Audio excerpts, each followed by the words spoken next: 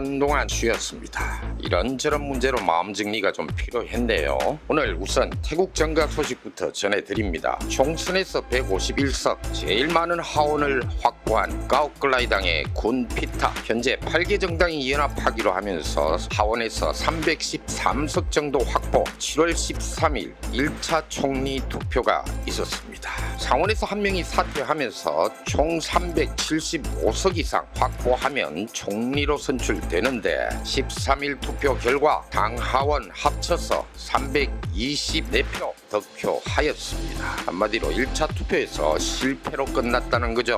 8개 정당 연합으로 하원 312명이 지지하고 12명 정도의 상원에서 지지를 이끌어낸 셈인데요. 이미 한 달 전에 상원에서 13명 정도 지지를 선언하고 나온 적 있는데 한 달이 더 지난 시점에서도 더 이상의 상원들 지지를 끌어내지 못했다는 점. 19일 다시 2차 투표가 있습니다. 과연 19일 2차 투표에서 상원 약 52명 정도 지지를 더 이끌어낼 수 있을까 하는 점이 관건인데요. 전망은 어둡습니다. 징병제 폐지, 동성애 결혼 허용에다가 가장 예민한 문제인 왕실 모독죄 개정 등등 해서 군부 세력과 기존의 기성 정치권들이 아주 싫어하는 문제들을 개혁하겠다는 정당 까오크라이당에서 정권을 잡도록 기존 세력들이 가만두지 않을 것 같습니다. 오래전 이미 문을 닫고 방송을 접은 ITV 주식을 상속받았다는 이유로 태국 선관위에서는 군피타 총리 후보를 제소하고 왕실 모독죄 법령 개정을 추진하려 한다는 이유만으로 헌법재판소에 제소까지 한 상황. 행정부, 사법부까지 총동원되었어요. 군피타,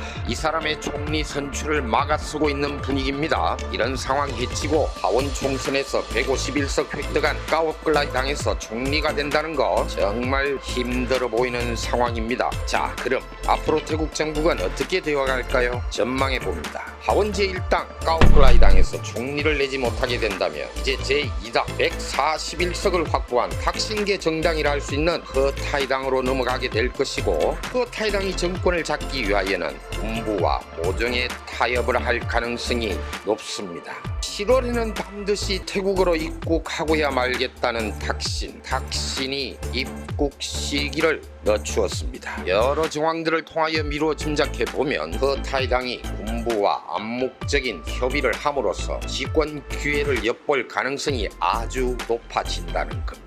탁신이 입국 시기를 늦추었다는 의미는 허타이당이 집권할 가능성이 높아졌다는 이런 의미가 보이기도 합니다. 군부 입장에서 생각을 하더라도요, 너무 개혁적인 정당인 까오클라이당이 아닌 허타이당의 정권을 넘겨주는 것이 더 나을 거라고 생각하고 있을 겁니다.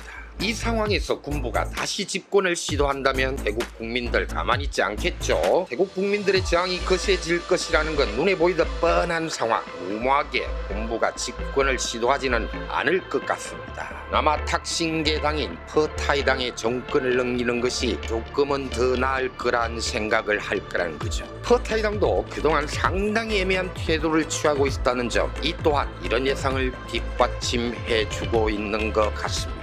그동안 허타이당에서 주로 내세우는 주장은 이랬죠. 너네랑 우리랑 겨우 10석밖에 차이 안 난다.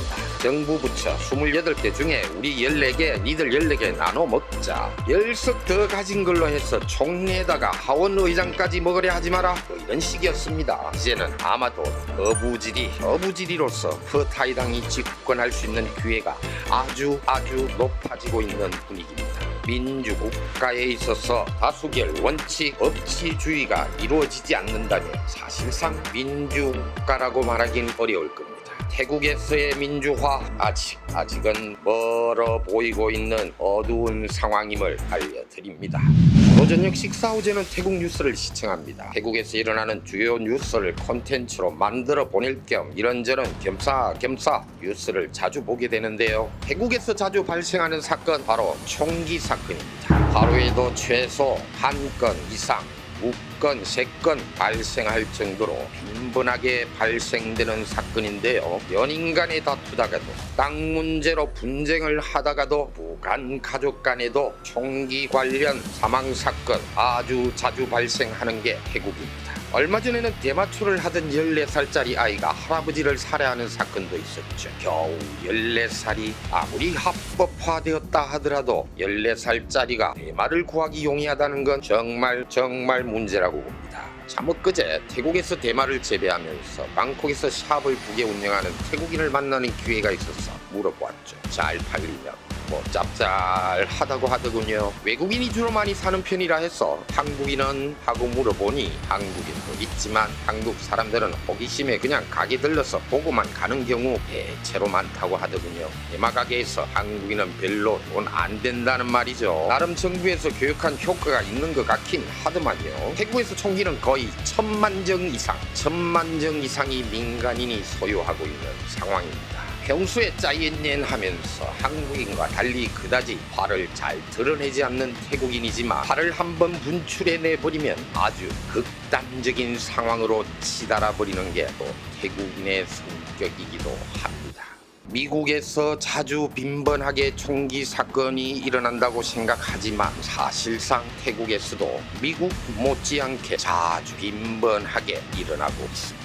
이런 생각을 해보았습니다. 미국과 태국 두 나라의 공통점이 어디에 있는가? 이 두 나라가 가지는 공통점, 지금 현재 지배하는 영토, 그 영토를 원래부터 정착해서 살아온 토착민들이 아니라 다른 곳에서 흘러들어온 이주민들이라는 사실이더군요. 미국과 달리 태국에 대하여는 이주민이라고 생각을 못하는 사람들이 많지만 사실상 태국 타이족도 이주민이라는 점, 미국이나 마찬가지죠. 토착민들을 몰아내고 영토를 차지한 두 나라, 미국과 태국, 남의 땅을 차지하기 위해 꼭 필요한 건 뭡니까? 바로 무력이죠. 무기가 있어야 무력을 사용하기 편리할 테고 또 차지한 영토를 지켜나가기 위하여 무력은 필요한 것이고 그래서일까요? 나라는 총기에 관하여 비교적 반대한 편이라는 점 공통적으로 가지고 있습니다. 태국이란 나라는 특히 중앙집권적인 국가라기보단 아주 오랜 기간을 멍이란 지역 단위 국가들이 뭉쳐서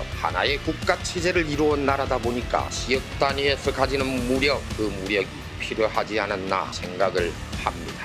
태국에서 태국인과 다투지 마십시오. 더럽고 앵꼽더라도 참고 넘어가시기 바랍니다. 한동안 쉬었습니다. 유튜브 콘텐츠 계속 올리는 게 또 의욕과 사기가 있어야 콘텐츠 만들어 나갈 수 있는데 말입니다. 지난번 영상 하나 만들면서 이런저런 문제도 있었고 해서 의욕이 참 많이 떨어지더군요. 코로나 기간 동안 모두가 걸리는 코로나 바이러스도 피해갔는데 말입니다. 요 며칠 감기 몸살이 오기도 하더군요. 심신을 좀 쉬어야겠다는 마음으로 다른 업무는 접을 수 없었고 유튜브는 팽개쳐 두고 콘텐츠 생각도 않고 지냈습니다.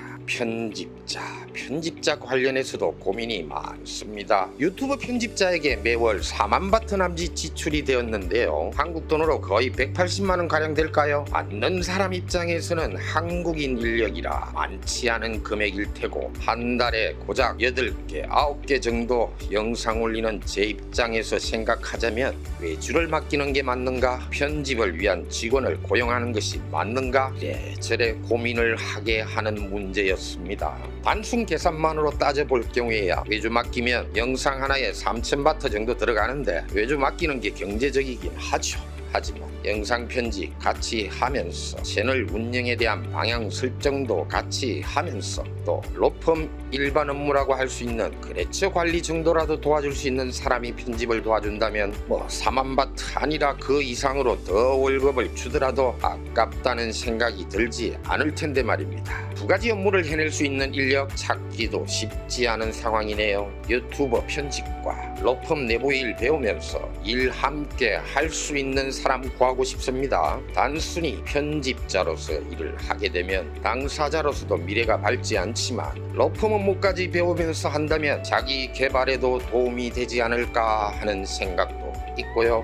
관심 있는 분들 연락 바라겠습니다. 라이언이었습니다.